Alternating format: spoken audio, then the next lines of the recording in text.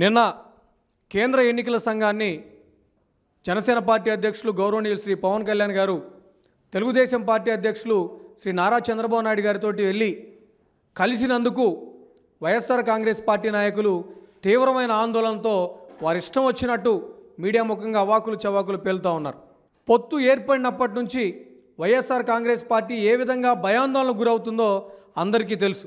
రాష్ట్రంలో ప్రజాస్వామికంగా ప్రజల ఓట్లేసుకొని గెలవాలని చెప్పి అన్ని రాజకీయ పార్టీలు ఆశిస్తూ ఉంటే వైఎస్ఆర్ కాంగ్రెస్ పార్టీ మాత్రం దానికి భిన్నంగా ప్రజల ఓట్లు తొలగించి, ముఖ్యంగా జనసేన పార్టీ తెలుగుదేశం పార్టీల ఓట్లు తొలగించి తద్వారా ఎన్నికల్లో గెలవాలనేటువంటి ఒక కుతంత్రాలకి దారితీసిన మాట మనందరం కూడా చూసాం. దాని మీద ప్రధాన ఎన్నికల అధికారికి ఫిర్యాదు చేయడానికి ఇరుపక్షాలు వెళ్తే వైఎస్ఆర్ కాంగ్రెస్ పార్టీలో ఎక్కడ లేని వణుకు మొదలైంది.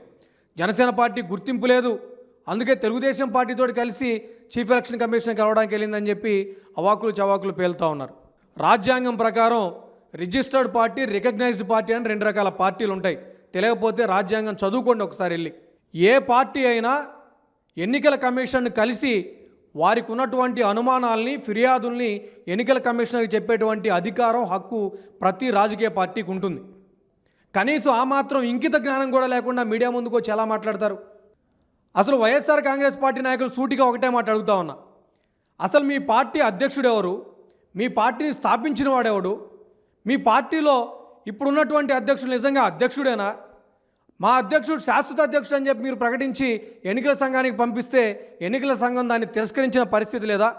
దమ్ముంటే ఈరోజు మీ పార్టీకి అధ్యక్షుడు ఎవరో చెప్పండి. ఎవరో ఒక శివకుమార్ అనే ఒక వ్యక్తి పెట్టుకున్న పార్టీని లాక్కొని ఈరోజు వైఎస్ఆర్ కాంగ్రెస్ పార్టీ మీద పార్టీ నడుపుకుంటూ మీరు కూడా జనసేన పార్టీ గురించి మాట్లాడుతూ ఉంటే నిజంగా చాలా హాస్యాస్పదంగా ఉంది.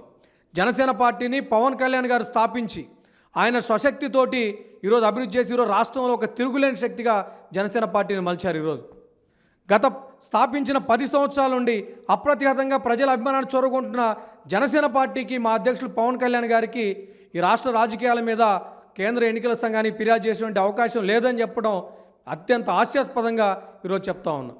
దయచేసి మీ వైసీపీ నాయకులకు ఒకటే చెప్తా ఉన్నాం, మీ పార్టీ స్థాపించిన వాళ్ళు ఎవరు? మీ పార్టీ అధ్యక్షులు ఎవరు? మీ పార్టీని ఏ విధంగా నడుపుతూ ఉన్నారు? ఒకసారి దాన్ని సరిచూసుకోవాలి. ఎదుటి పార్టీల మీద మాట్లాడే ముందు మన కింద ఉన్న నలుపుని గురించి ఒకసారి ఆలోచించుకుంటే అర్థమవుతుందని చెప్పి ఈ సందర్భంగా తెలియజేస్తా ఉన్నా.